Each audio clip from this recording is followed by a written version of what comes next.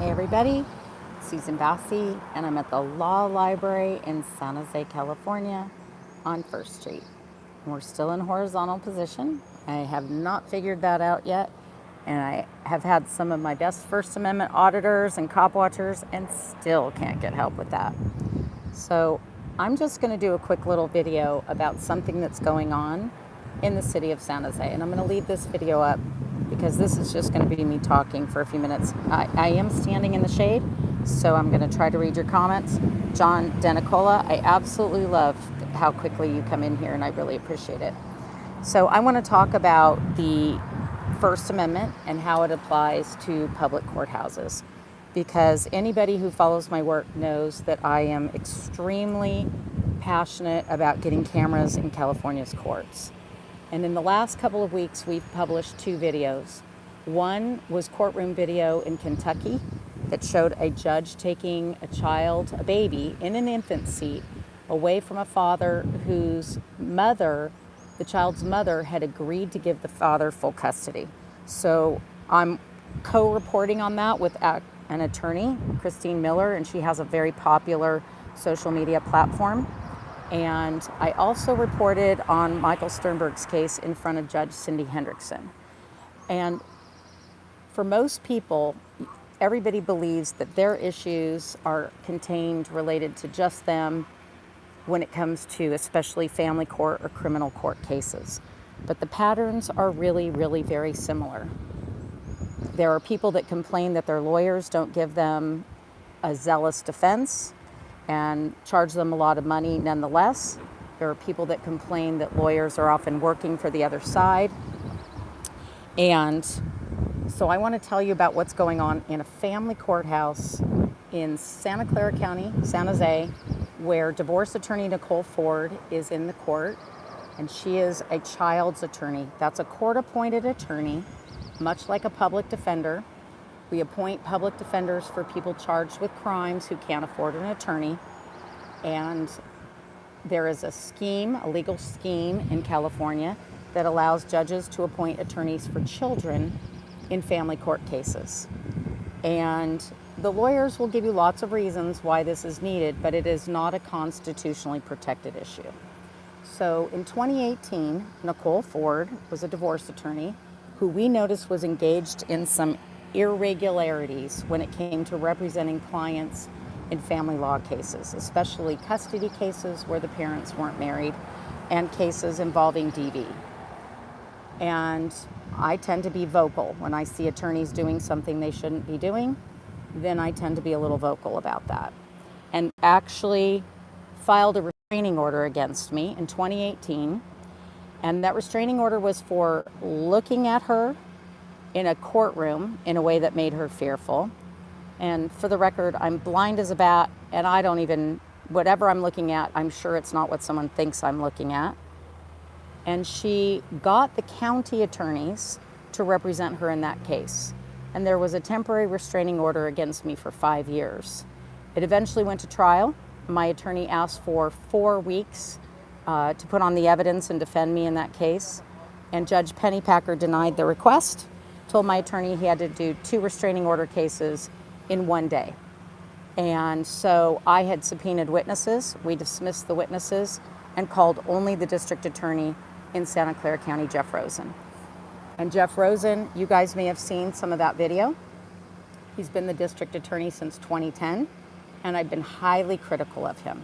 Critical of his politics, critical of how he does not produce discovery. He cheats.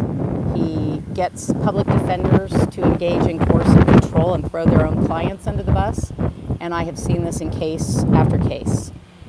And Jeff Rosen prosecuted me starting in 2017 for recording the police officer who broke my finger, in the court file room when I was recording a dad who was trying to get access to his court files. And he prosecuted me for 70 hearings and for 6 years.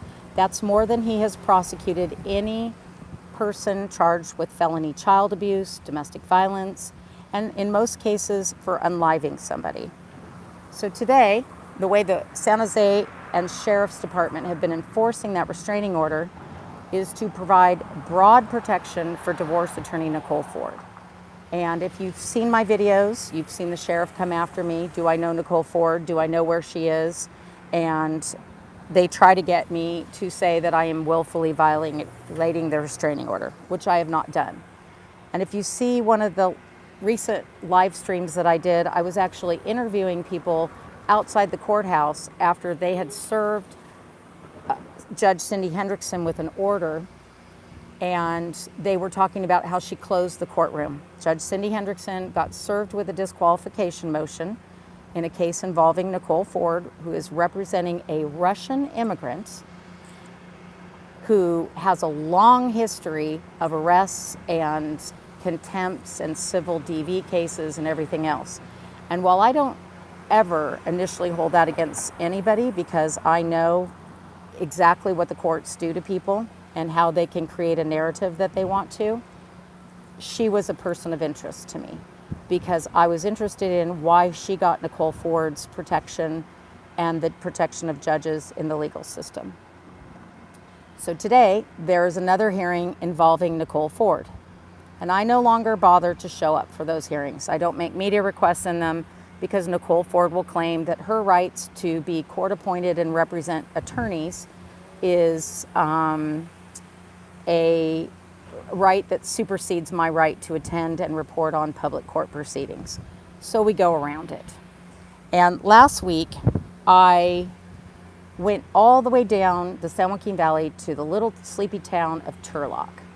And I really enjoyed being out of Santa Clara County and out of the reach of Nicole Ford. And I covered a small claims hearing where lawyers are not allowed, and I'm going to do a little video about that again in a few days. But while I was in the hearing, I heard about a property manager not complying with a subpoena, a Syrian immigrant who has been in this country for a long time and has a long-standing history of restraining orders that are concerning. They're more than just giving someone a bad look. And I was there to cover that case. And in the middle of covering that case, Nicole Ford's name came up. So the hearing today involved Nicole Ford. And since I couldn't go, and people familiar with my work could go, there were 9 people in that courtroom. And it was a new judge. It was Judge Stibbons, who's a former prosecutor and who has not been very publicly kind to me, who's blocked me on social media when she was running for judge. I did write articles about her. And I'm going to put this up later, and I'm going to use this as a narration, and I'll show you what I'm talking about. I'll give you links, and I'll show you my reporting so you can see my work. I'm always happy to show my work. And I believe I reported fairly on that election. I reported on several judge elections that were going on in the state of California. We've talked about here that judge elections only happen every 2 years, and the rest of the time, judges are appointed by the sitting governor.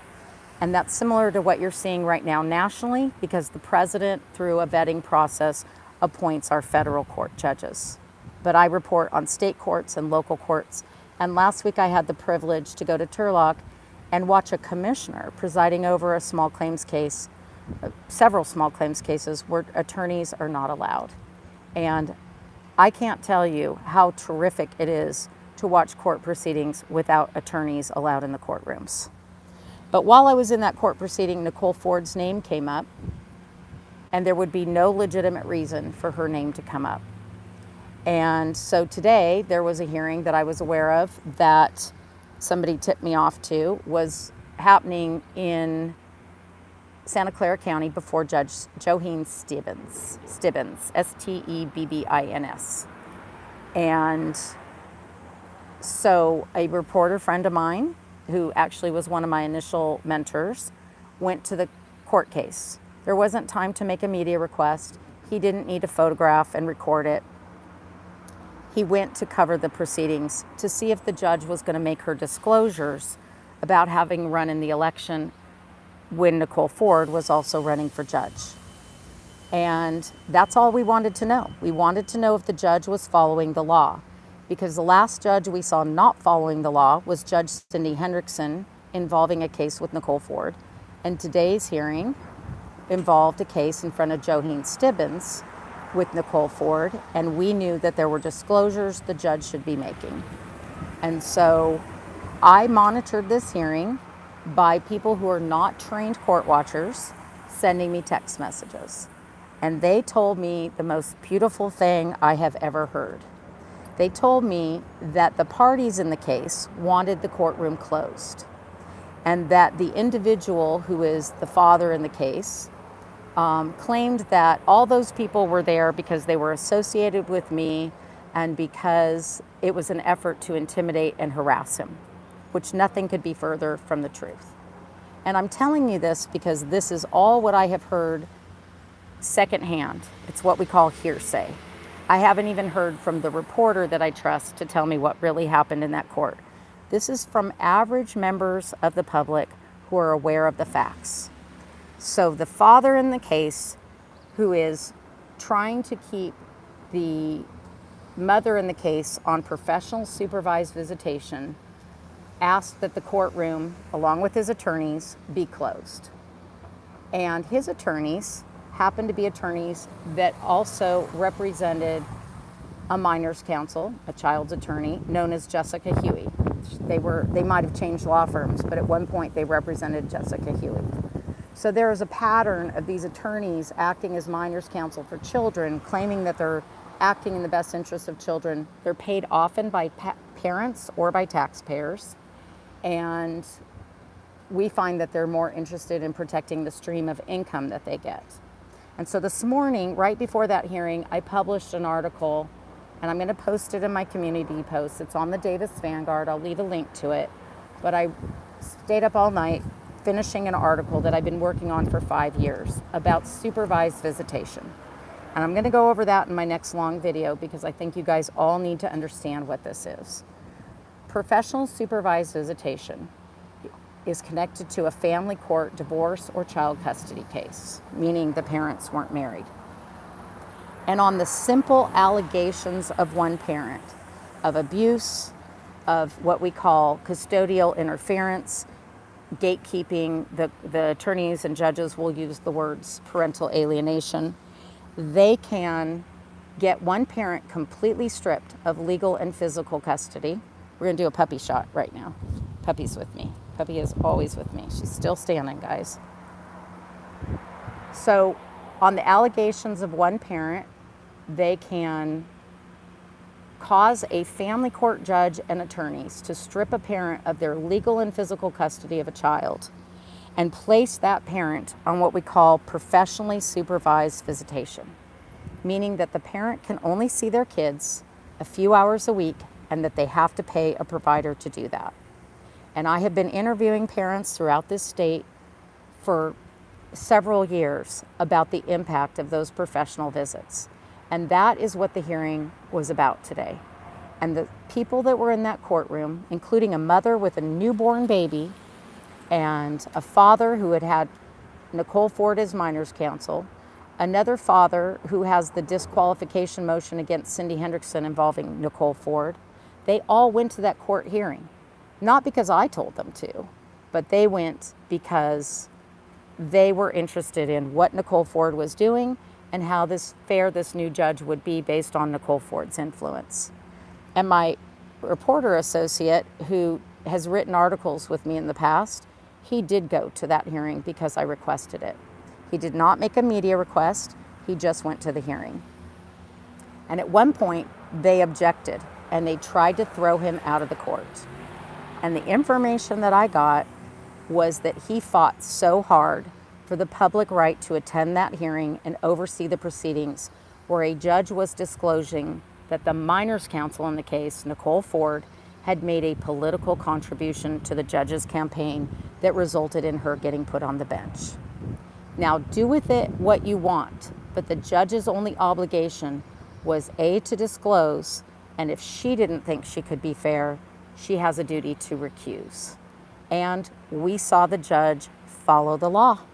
And so while I am always skeptical, I'm also always hopeful. And so I came down to the law library, since I can't go to the courthouse without Nicole Ford calling the police on me and claiming that I'm violating the restraining order. Here I am at the law library over a mile away, and I wanted to tell you guys that I finally saw last week a court commissioner in Turlock, California, and a newly elected judge follow the law and treat the public the way judges are supposed to treat the public. So I know good news is not always something that gets a lot of views, but it is really encouraging. And the one thing that I would say is I wish we had cameras in those courtrooms so that you could all see that reporter who is old and retired and would rather not go down to the courthouse, to see him fight for the public right to attend public court proceedings, and fighting all those lawyers that wanted the courtrooms closed and the proceedings secreted, and the judge ultimately did the right thing. So that's how it works, and you really only ever get justice in court when the public is watching. And remember, the free press is just trained members of the public. So these things happen because of all of you and all of your support. I don't know the outcome of the hearing, but I know that the judge followed the law related to her disclosures, and only she knows if she is going to act with bias, and if she believes she is, she has a duty to remove herself from the case. So we're going to follow the outcome of that case. We're going to listen to the people who are not trained reporters and what they saw, and I'll do an updated video later to let you all know, and later this evening I'll put a link to my article down in the community posts. So Johnny Bravo, that's right. Once you stand up, you don't ever sit down. My legs are getting tired, guys, but I appreciate all of you being here, and I thought I'd come down to the law library to give you a little First Amendment lesson about the public right to access our public court proceedings under the First Amendment. And there's a law that looks like Puppy's cousin. So that's it. If you guys have any comments or questions, type them in, because otherwise I'm going to close out and go find out what happened at the end of that hearing. I'm going to try to go back through your... I always love John DeNicola and Johnny Bravo. You guys are always here. You always support me, and when you turn on a camera in the middle of the day and everybody else is running around doing their thing, you guys are always here, and I really appreciate it. Also, Jason, I really appreciate the support you gave me earlier today, and all those people that texted me or called me about what was happening in that courtroom. That was great. Katie, Puppy says hi back to you. And Real News Now, Scully said hi, thank you, back at you. I appreciate all of you being here, and I appreciate all of you caring about our public court proceedings. And someday we will have cameras in these California courts. So I'll talk to y'all later.